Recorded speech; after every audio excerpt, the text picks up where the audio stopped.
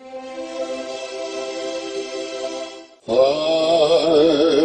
dreaming of White Purim, just like the ones I used to know.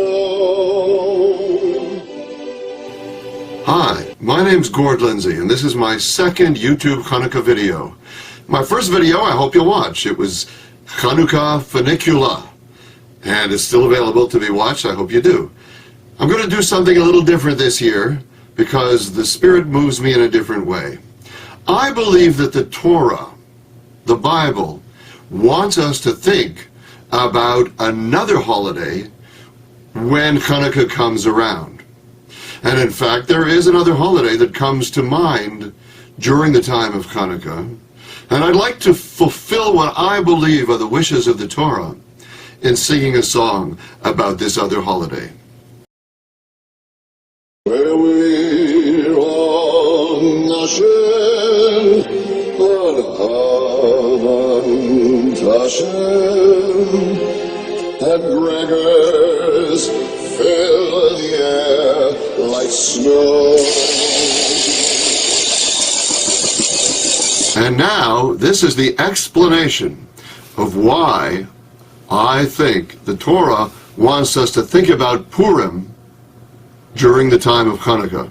And by the way, vice versa. I'm dreaming of White Purim, clouds hang like Haman in the sky. During the time of Chanukah, which is coming up, what are we reading in the Torah? The Torah being the Bible. We're reading about the story of Joseph. Now, what about the story of Joseph? Well, guess what? Well, first of all, it has some kind of a connection to Chanukah because it's a story of brothers, right? The Maccabees, who re-sanctified the temple and overcame the Assyrian occupiers, were brothers. They were a band of brothers, and they fought together and they won. So Joseph and his brothers is kind of related to Chanukah itself. Of course, Joseph and his brothers weren't exactly as together as the Maccabees were. Joseph and his brothers were at odds for a long time, until they came together. But interestingly enough, there's an incredible set of parallels between the story of Joseph and the story of who? Mordechai. Story of Mordechai in the Megillah. And what would that be? Well, first of all, let's start with clothing. First of all, as we know, Joseph had his fancy coat. Some people say it's a coat of many colors, but actually it's a fancy coat. It might have been many colors, might not have been. It was fancy. It was nice. Mordechai was an important man, a member of the Anshe Knesset Gedolah, the men of the Great Assembly, and of course, naturally, he went to the fancy tailors of the time, and he would be, since he's an important man, he would be dressing in important clothes, looking very nice. Okay, so they start out kind of nicely in nice clothing, better than nice clothing. What happens? Well, as we know, Joseph has his clothing torn off him. His fancy coat, some call it the coat of many colors, was torn off him, ripped away, and then it was covered in goat's blood, and they showed it to his father, Yaakov, and said, oh, tore off, Yosef. Joseph has been torn apart by an animal, and so Joseph lost his fancy clothing. And also later on, when he was working in the household of Potiphar, he lost his clothes as well, and that way he got pulled off him there too. In each case, Joseph was wearing rags after that. He was thrown into a pit. Naturally, he wasn't wearing any fancy clothing then. He was wearing simple rags. And later on, when he went to prison in Egypt, he was also wearing prison garb. Similarly, Mordechai, a man who was probably very sartorially well turned out, because that means well dressed. When he was attending the Anshe Knesset Gedolah, he was a big important man in the community.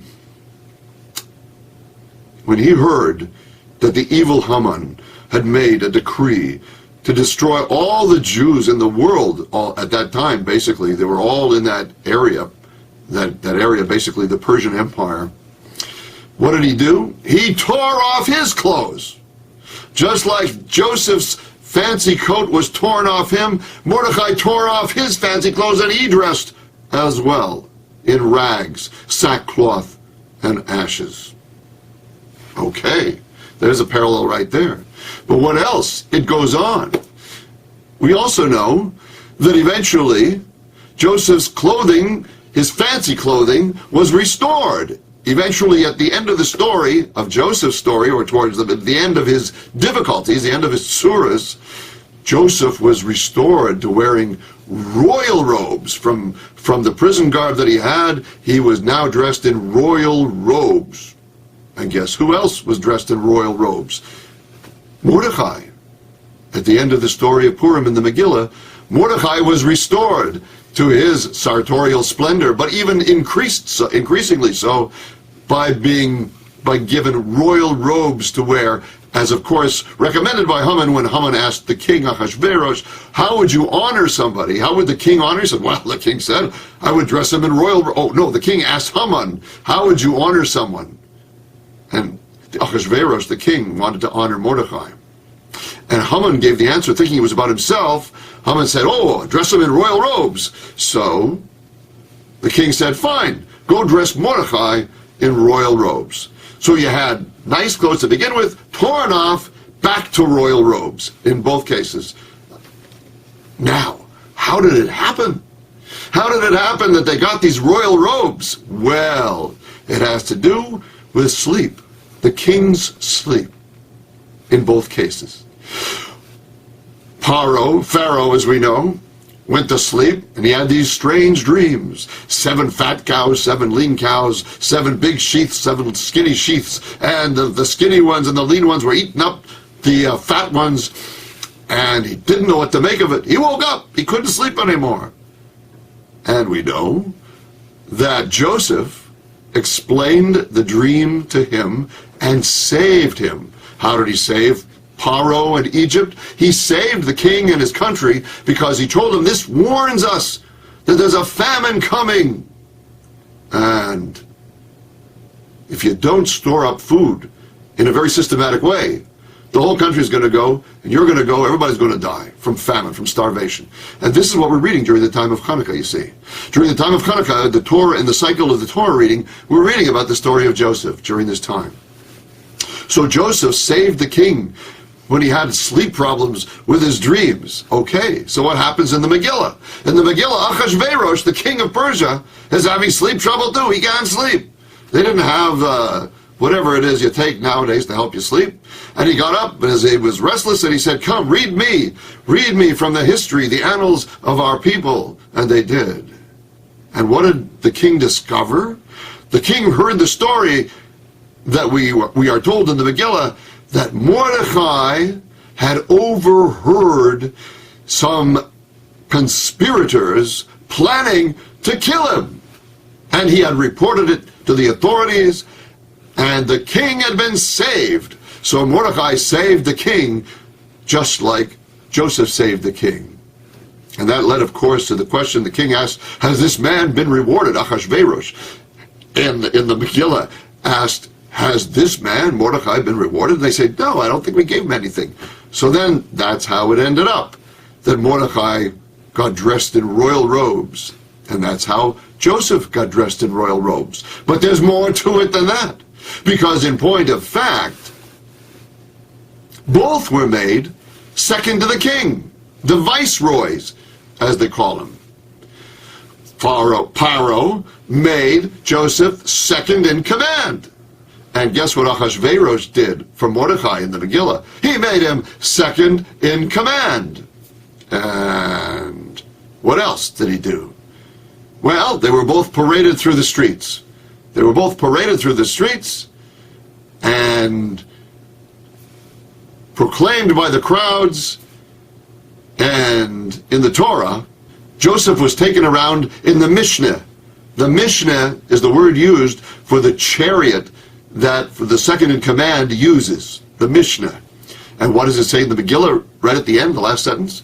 The Megillah says, and Mordecai Mishnah lemelech, says Mordechai uses the same word, Mishnah. When Mordechai was paraded through the streets, people were cheering, and in the last pasuk of the Megillah it said Mordechai Mishnah lemelech, uses the same word, the same position. He was the second in command as well.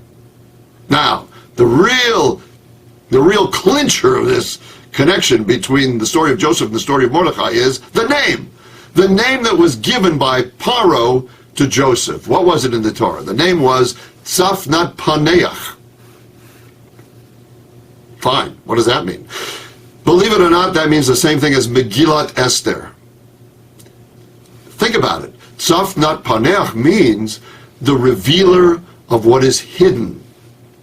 And guess what Megillat Esther really means on a deeper level? First of all, Megillah. Yeah, a Megillah is a scroll, we think, and Esther is the name of the lady who was one of the heroes of the Megillah, but actually it has a deeper meaning. Megillah means revealing, Gilui. It means the revelation, the revealing of, and what? Esther has another meaning too. It means hidden. For instance, in the Torah, God says, if I get angry with you, haster, haster et panai, I will hide my face, God says.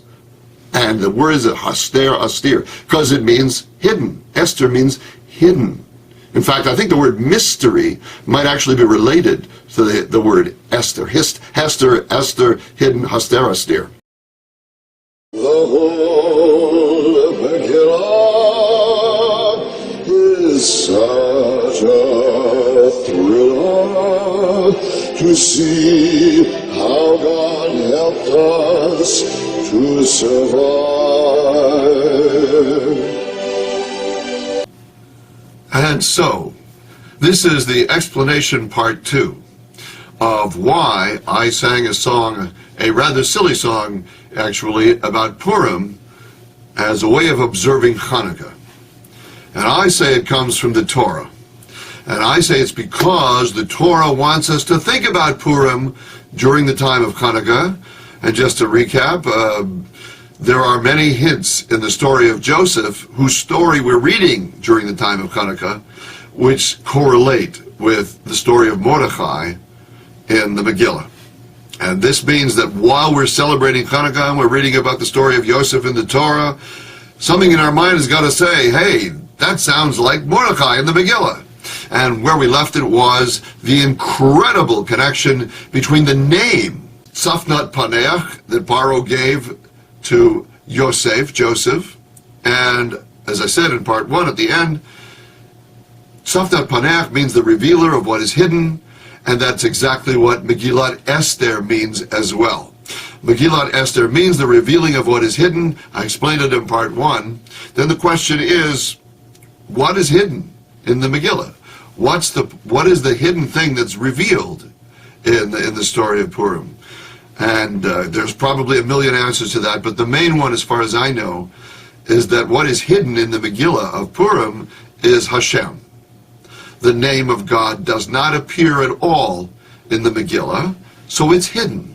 And the whole point is, for those of us who are believers, the whole point is that the story of the Megillah shows us the way God, though hidden, works his miracles in the world. In other words, the entire Jewish people were, God forbid, jeopardized by Haman and Ahasuerus' decree, and God worked behind the scenes in hidden ways to save us. And that was, he had Mordechai overhear a conspiracy to kill the king and report it.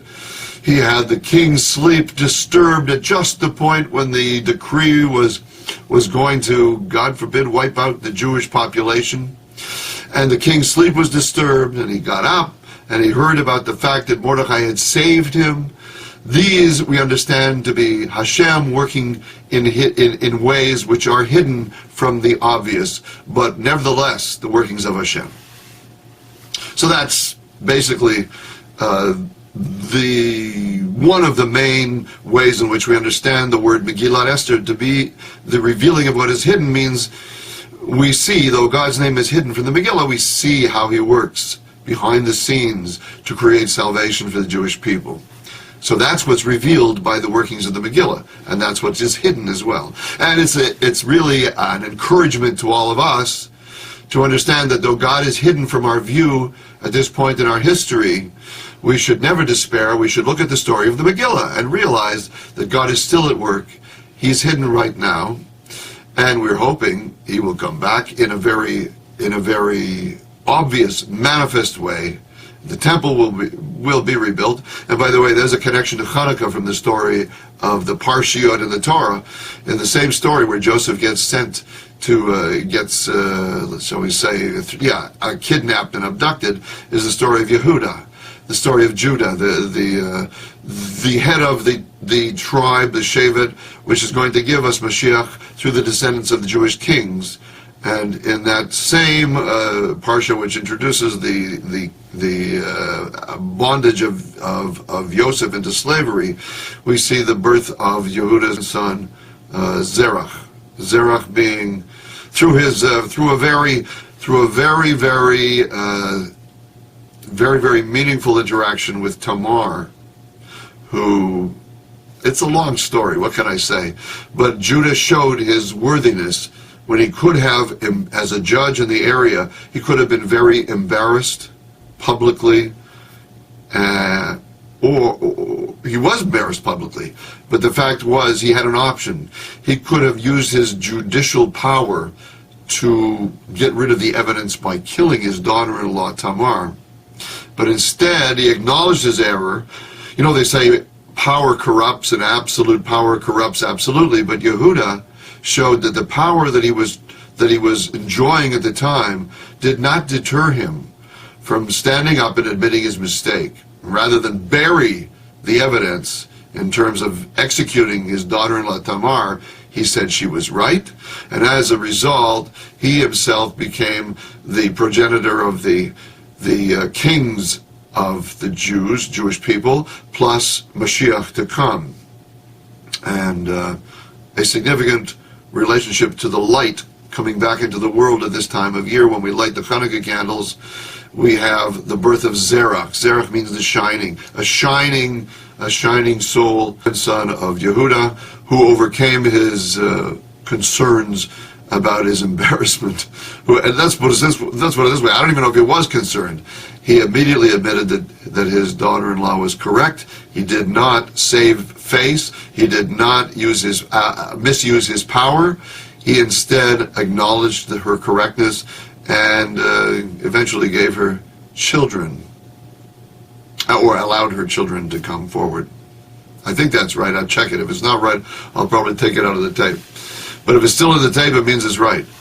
But the idea that the line of Mashiach was also described, the beginning of the line of the Messiah was described in the same part of the Torah, is also another remiss to Chanukah, whereas the Mashiach, the light of Mashiach, is what's going to come eventually, and that was alluded to in the birth of Zerach. And Zerach means shining light. Zarach, like the sun, shines, Zoreach. Okay, so that's another allusion in the Torah at this point to Chanukah, but I'm talking about the allusions to Purim. And then, so the question is, what's the significance of it? What does it mean?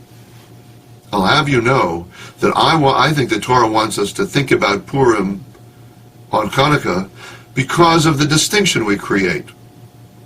And it's a legitimate distinction, but the Torah wants us to go beyond it. What am I talking about, distinction?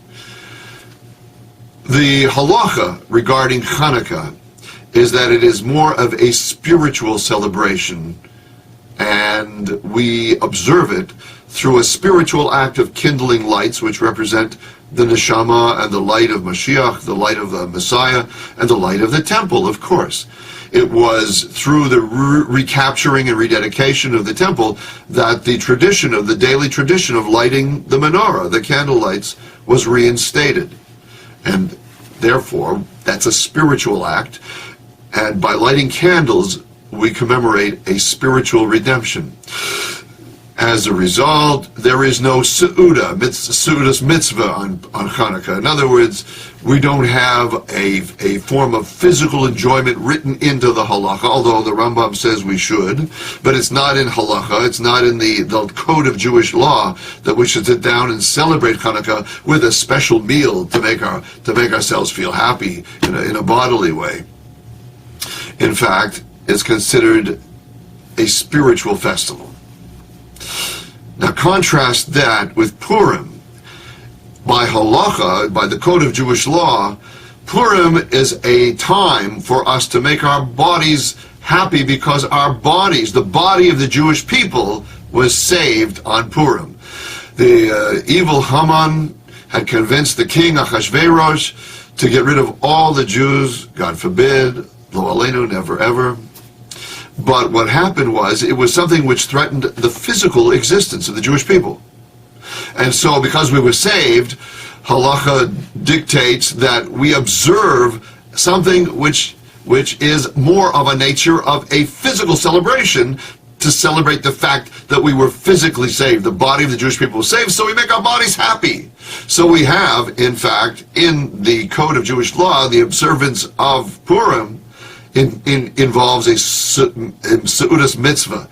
Sitting down, like on Shabbos, you feed your body, you enjoy yourself bodily and physically. You sit down and you have a meal, a celebratory meal on Purim to correlate with the idea that we were physically saved on Purim.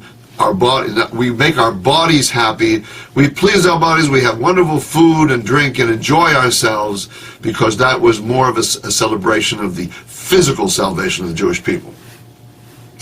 Now the Torah says, however, yes, we understand the Torah says, not we, the Torah understands that there is a distinction to be drawn, but the Torah, in my opinion, wants us to go beyond it. Why? Because, as I said, there are all these hints during the time of Chanukah that relate to Purim, and guess what?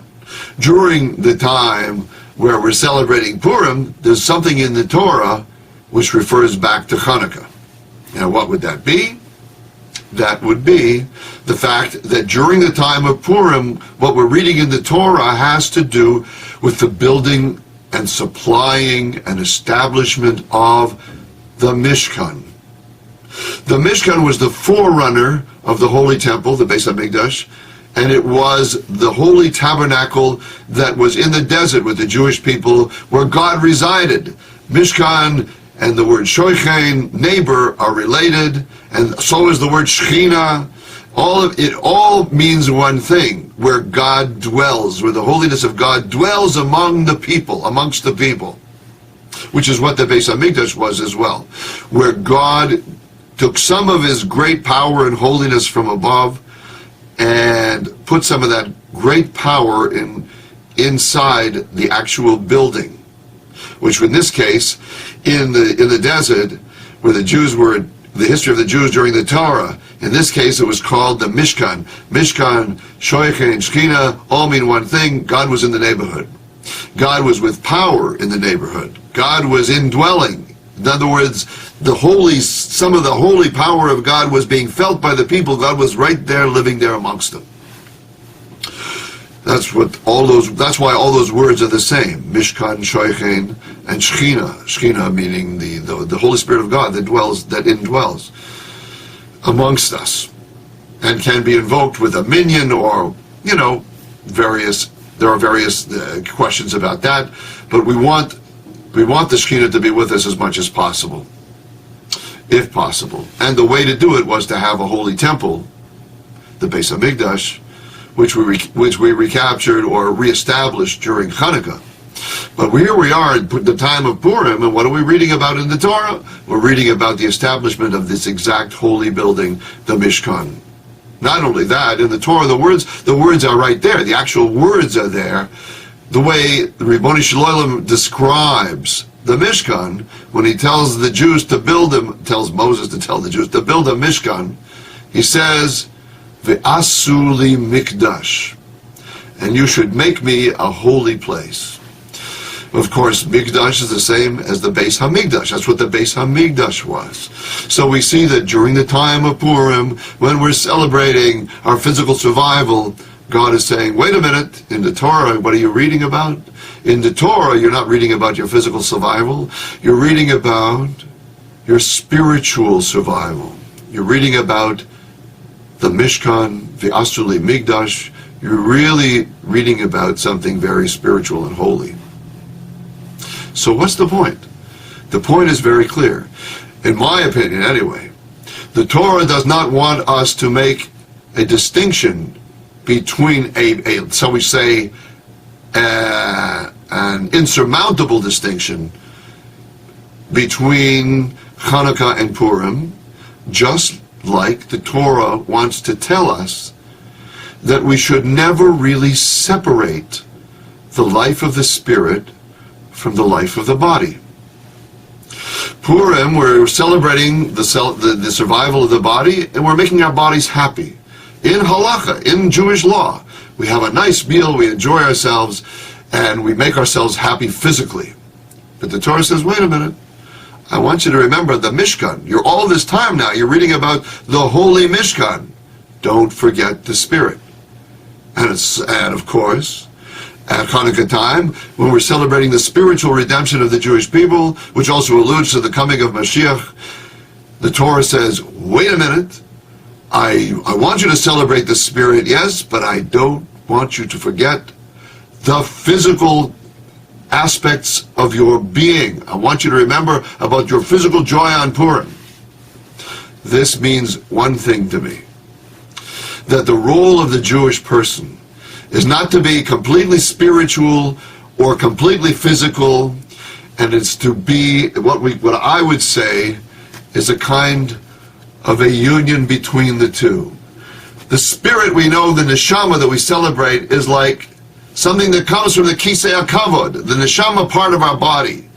The spirit that indwells in us, like the Shekhinah does, is like, say, an arrow, a triangle pointing down.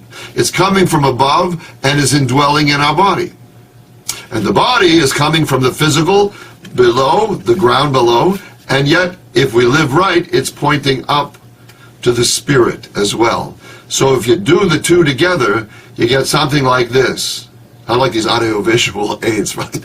You get something like this. If the Torah is trying to tell us, in my opinion, that if a Jew lives his life right, he doesn't just seek the pleasures of the body, but he doesn't forget them either. What he does is he makes them holy by enjoying the pleasure of the physical body in light of the neshama, in light of the dictates of the Torah, and that way the body enjoys itself, you enjoy the body, we enjoy our physical existence, but in a holy way.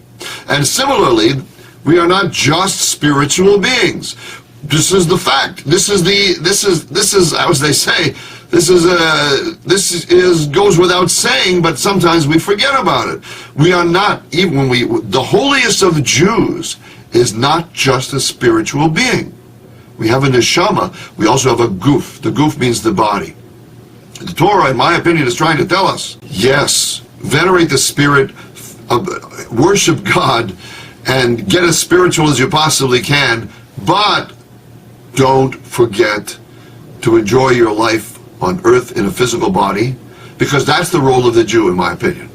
The role of the Jewish people is to live in the world and enjoy our worldly existence and physical existence, but within the light of the Torah.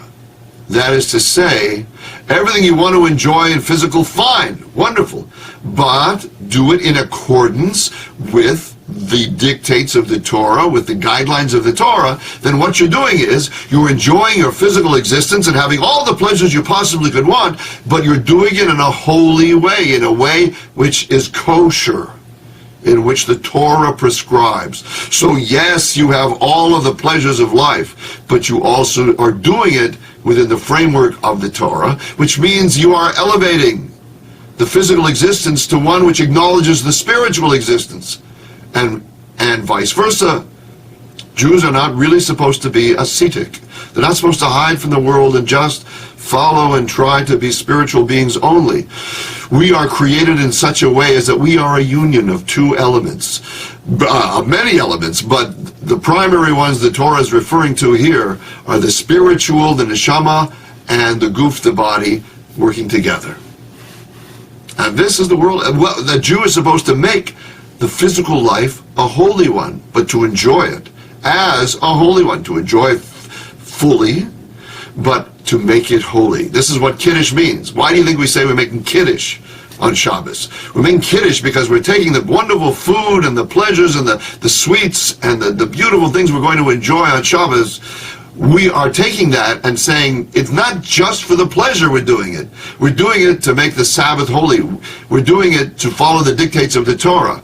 We're doing it to acknowledge the existence of God, the rulership of God. That makes all the pleasures that we have holy, and that makes the world a holier place. The world is a physical place, but we can bring the Spirit into it, and that's the role of the Jew, to make things holy. And that is not such an easy proposition. You know, Esther was at a beauty pageant that they say about beauty pageant contestants. When they get up and they have to speak, and they have to say something on an impromptu level, public speaking, ad-libbing. So what do they usually say? What do they want? They usually say, well, they often say, I want world peace. What would you like? I'd like world peace. Well, guess what? I'd like world peace too, even though it may surprise you, I'm not a beauty pageant contestant. I'd like world peace too. Sure, we'd all like world peace. We'd like the Jews to get along with the Arabs. We'd like the Russians to get along with the Chinese. With English to get along with the French. The Canadians to get along with the Americans. Oh, I thought we were supposed to get along together. Well, we'll see. Maybe, I hope. And of course, we'd like in-laws to get along with their children-in-laws. We'd like husbands to get along with their wives. We'd like everybody to get along with everybody. And that's all nice. But you know where I think world peace... And by the way, can you think of a way to accomplish that? I mean, it's one thing to say, yeah, I'd like world peace. I'd like the Toronto Maple Leafs to get along with the Ottawa Senators or the Montreal Canadiens. I'd like world peace. How are you going to accomplish that? In my opinion, the Torah is telling us how in this thing with Purim and Chanukah. Because can you think of a greater polarity, a greater division, a greater separation, a greater distinction, a greater difference between the neshama and the guf? Seriously, think about it. The neshama, the spirit within us, comes from the kisei hakavod, from the holy throne of God. And the guf is made up of elements of the physical universe, the physical world. You know, as they say, the old expression is dust to dust, ashes to ash, you know. Maybe I loved it, but anyway. Yes, the Bereshit tells us God pulled up some earthly elements and breathed the soul into it. So when you think about it, these things could easily be, shall we say, in an uneasy alliance. In fact, it's my guess is that sometimes when people pass away, the neshama part of the person says, you know, it's kind of happy. It's something like, well, I'm out of here. So long. Good luck. I'm happy to be going back to the kisei hakavod. I'm happy to be going back to the spiritual realm because that's where I came from, and I can sit in the radiance of the Shekhinah up there, and good, you know, so long. You know, it's been nice knowing you. And the guf? Well, the guf is the body. The body is designed to function instinctually, and we'll seek pleasure, and we'll seek, you know, we'll seek all kinds of fulfillment in a low physical way. And does it really want sometimes? Oh, restrictions. Oh, I can't eat this because it's not kosher. Oh, I can't have unlimited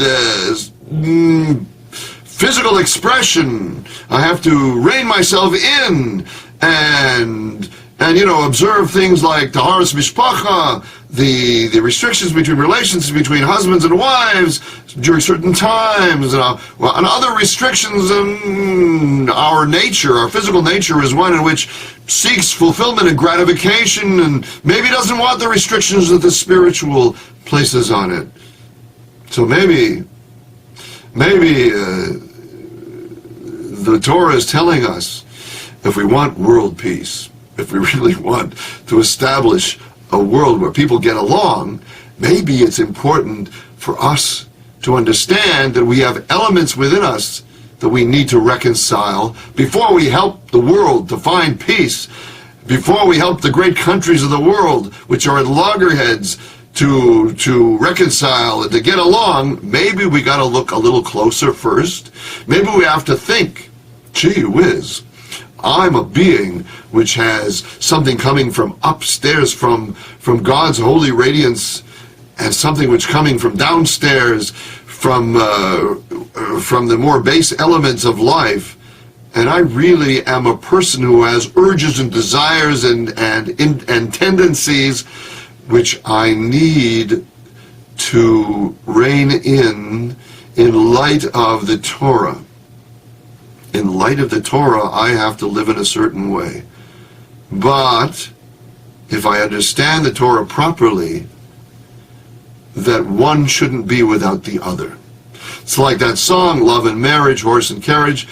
If you want to be a truly fulfilled, or I would say realized Jew, if you want to be a Jew who fulfills the mission of the Torah, then you have to understand that the guf and the neshama go together in a way in which they must learn to get along, in which they must learn to honor and respect one another. So that when I enjoy my Seudah on Purim, when I am making myself happy by eating all these wonderful foods and saying, wow, I'm really glad I survived physically, and I'm going to enjoy myself physically. When you're doing that, we remember because the Torah is telling us about the Beis Hamikdash. We remember, wait a minute, it's not just physical, really not just physical. I survived for a purpose, and that is to fulfill a holy purpose, and that is to bring the light of God into the world through the Torah, through the Beis Hamikdash that's coming, I hope, B'meira v'yameinu. And by the way, on Purim, when we drink, that's the purpose of it. Believe it or not, the purpose of drinking on Purim is not to get stupid. It's not to get so stupid, I'm happy, whoopee. No, the Torah the halacha tells us, ad shelo yada. You're supposed to drink to the point where your cognitive abilities are no longer functioning. Why? So you can go to a higher spiritual level. So you can, if you think about the fact that we're reading in the Torah about the Mishkan, about the holy Beis Hamikdash during the time of Purim, if you have that on your mind when you're drinking ad delo yada, up to the point where you no longer have your cognitive functioning going, if you just keep that one thought to sort of boost you in to the next level, you realize you would fulfill the purpose of drinking on Purim, which is to reach a high spiritual plane. You see the way the Torah is doing this? See the way halacha is doing this? They're doing this so that we create a relationship between the guf and the neshama, the body and the soul, of which we are aware that they are disparate elements. They are different elements, but we have to create the bond between these two elements, which is based on the respect. The guf has to have respect for the neshama. The neshama has to have respect for the guf. So, in other words, when we read on Chanukah about the enjoyments we're going to be having on Purim, the celebration of Purim, we're really saying, yes, we have spiritual fulfillment on Chanukah, but don't forget the body. Don't forget our bodies were saved too, and we should enjoy that as well.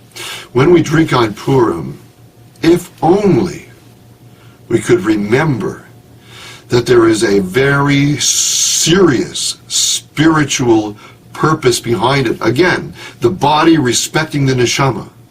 The body has to have respect for the neshama. Our physical desires and urges have to have respect for the spiritual, the spirit above, the spiritual soul that exists within us and comes from above.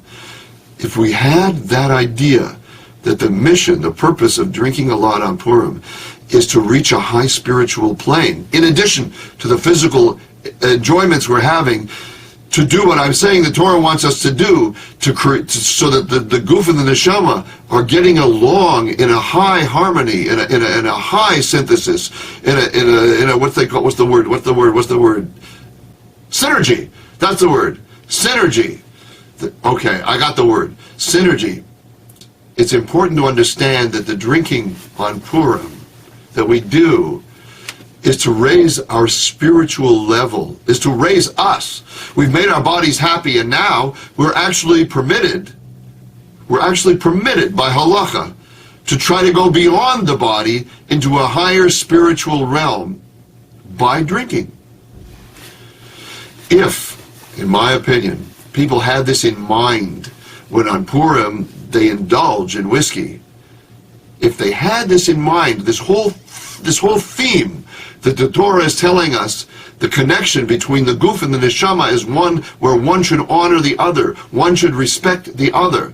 We should have a good relationship so that they get along, that it's the wish of the Torah that we think of the guf and the neshama as two elements that belong together as long as we're alive, should honor and respect each other, and only then do you have the synergy, the real fulfillment of being Jewish in the world. If we had that in mind when we drink on Purim, we would do it with respect, with great respect, knowing that we're trying to reach the neshama at a time when we're celebrating the body. We're celebrating the survival of the body of the Jewish people, and we have an obligation to make our bodies happy at that time. Allah tells us, yes, but I also want you to try to reach the neshama's higher realm.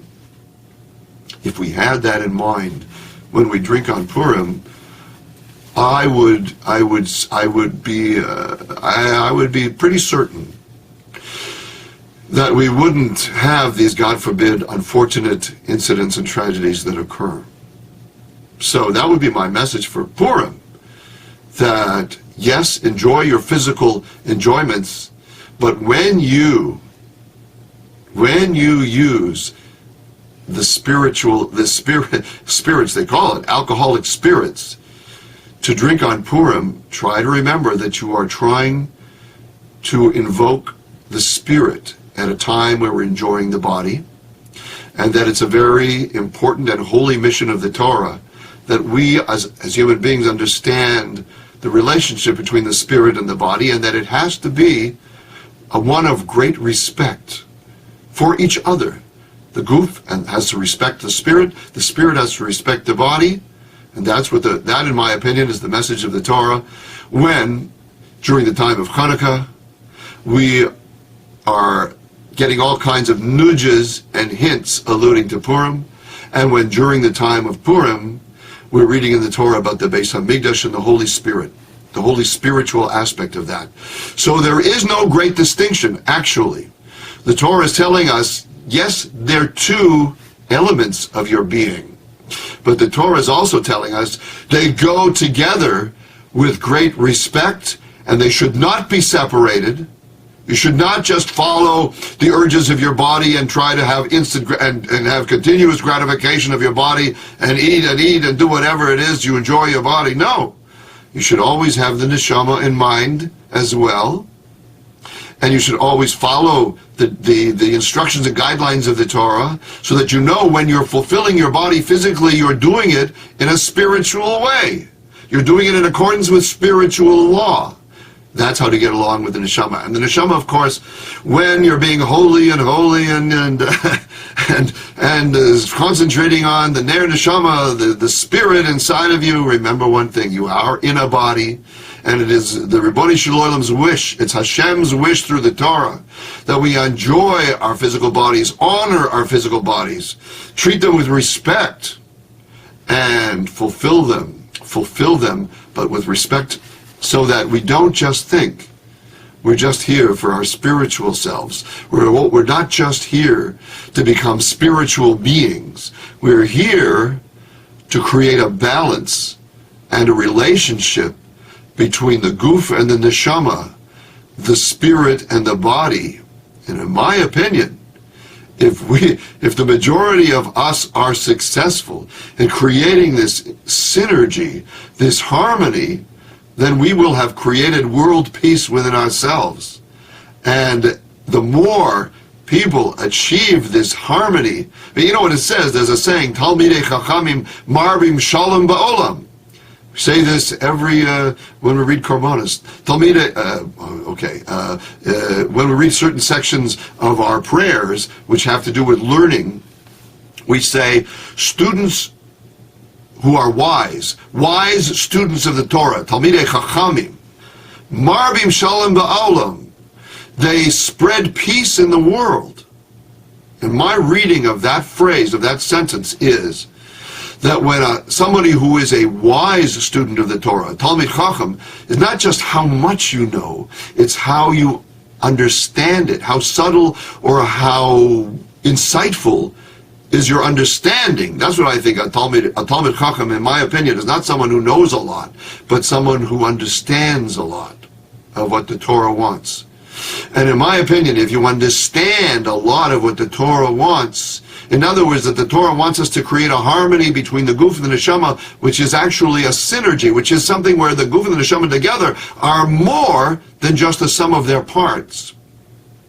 In my opinion, that's what that phrase means, that a true wise student of the Torah understands that we're here to try to create a balance between the guf and the neshama, a relationship, a friendship, a respect. And when you do that, then you don't have these urges fighting with each other. You don't have the guf saying, I want to go there, I got to do that, I don't want to do this. Just because the Torah says, if the guf is, if your management of your bodily intentions or your bodily needs is such that you do it in the light of the Torah, then you are creating a higher level of physical existence. And then you will be radiating, in my opinion, a peace. You see, what you've done is you've made peace within yourself. You've made peace between these two disparate elements, the neshama from above and the guf from below. You've made peace between the two by following the Torah, giving yourself all of the Torah. The rabbis tell us you can have all the pleasures in the world.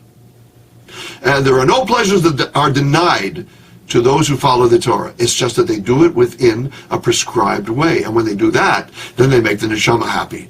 And when the neshama is happy and the guf is happy, then you have peace within yourself. And then when you have that kind of incredible peace which balances the divine and the physical, then you can't help but spread peace around you in the world. And that's what I think that phrase means, Talmidei Chachamim Marbim Shalom Be'olam. The word Marbim, of course, has a remez or has a connection to Purim, because Misha Nichnas Adar Marbim B'Simcha. There's a connection there. The idea was, what does that say? What does that mean? That means from the time of Adar, before Purim, the month of Adar, we start to increase our joy. And Marbim is a very important word. Marbim Shalom Ba'olam. You increase the peace in the world. And that's, in my opinion, the way you can have world peace. If you create that balance of the guf and the neshama, if you make peace within yourself of the body and the spirit, then you yourself will radiate peace to the world. And the more people we can get to do that, then it's possible. Peace on earth is possible. It's possible, of course, it's going to happen when Mashiach comes. And in my opinion, that balance is what's key. But in the meantime, we can create peace around us by remembering that it's not necessarily outside the important work to be done. The important work to be done is what we all have. And it's very simple. Enjoy your life, your physical life. Don't deny yourself pleasures. Don't deny yourself. Enjoy. The Torah wants you to enjoy yourself. That's Purim. But do it in the light of Chanukah, in the light in the light of the holy temple, in the light of the holy temple, in the light of the Shekhinah, in the light of the Spirit, the Neshama. So when we do that, in my opinion, you will have created peace within yourself, and you will be able to communicate it to others. That's it. I can't say anymore. This is my reading of why the Torah wants us to think about Purim on Chanukah, and vice versa. Around the time on Purim, the Torah wants us to think about Chanukah, the establishment of the Beis Hamikdash. And that's about it. I can't say any more, except I wish everybody good luck in doing this, because this, in my opinion, is the real key to world peace. Happy Chanukah, and later on, Happy Purim. One final comment. God is hidden in the Megillah, and yet we believe that he worked all these miracles from behind the scenes. Similarly, in Chanukah, we understand that God may have made some trouble for the Greek Assyrians on the far-flung reaches of their empire, so that they had to dispatch all kinds of troops to the far reaches of their empire, and thus thin out the troops in Jerusalem. All of these are, we believe, actions of God when he is hidden. Still miracles. Of course, we say it's a time of miracles, that the Maccabees should overcome superior forces, and that all the Jews could be threatened in Persia and be saved. These are miracles which are done by the hidden God. And this is the message of Chanukah and Purim to us, that even though God isn't doing something open like splitting the Red Sea, Sea of Reeds, splitting the sea, or making food, manna fall from heaven, or speaking from the top of Mount Sinai, even though these great open miracles are not being done, the message of Chanukah and Purim, and they go together, are that even though God is hidden during this time, he's still doing miracles on our behalf. And we should have faith, and we should take heart that God is still there, looking after us, taking care of us, and working behind the scenes until such time as he deems it correct for him to once again reveal himself in an open and manifest way. So until then, we should still maintain our faith, look to Chanukah, look to Purim as our evidence that even though he is hidden, God is still working on our behalf.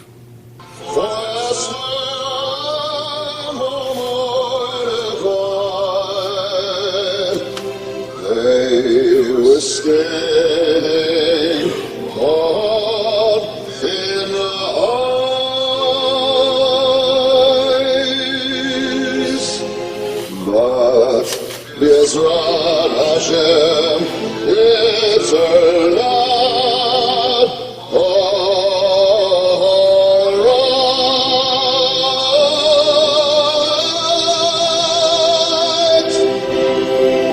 Happy Chanukah.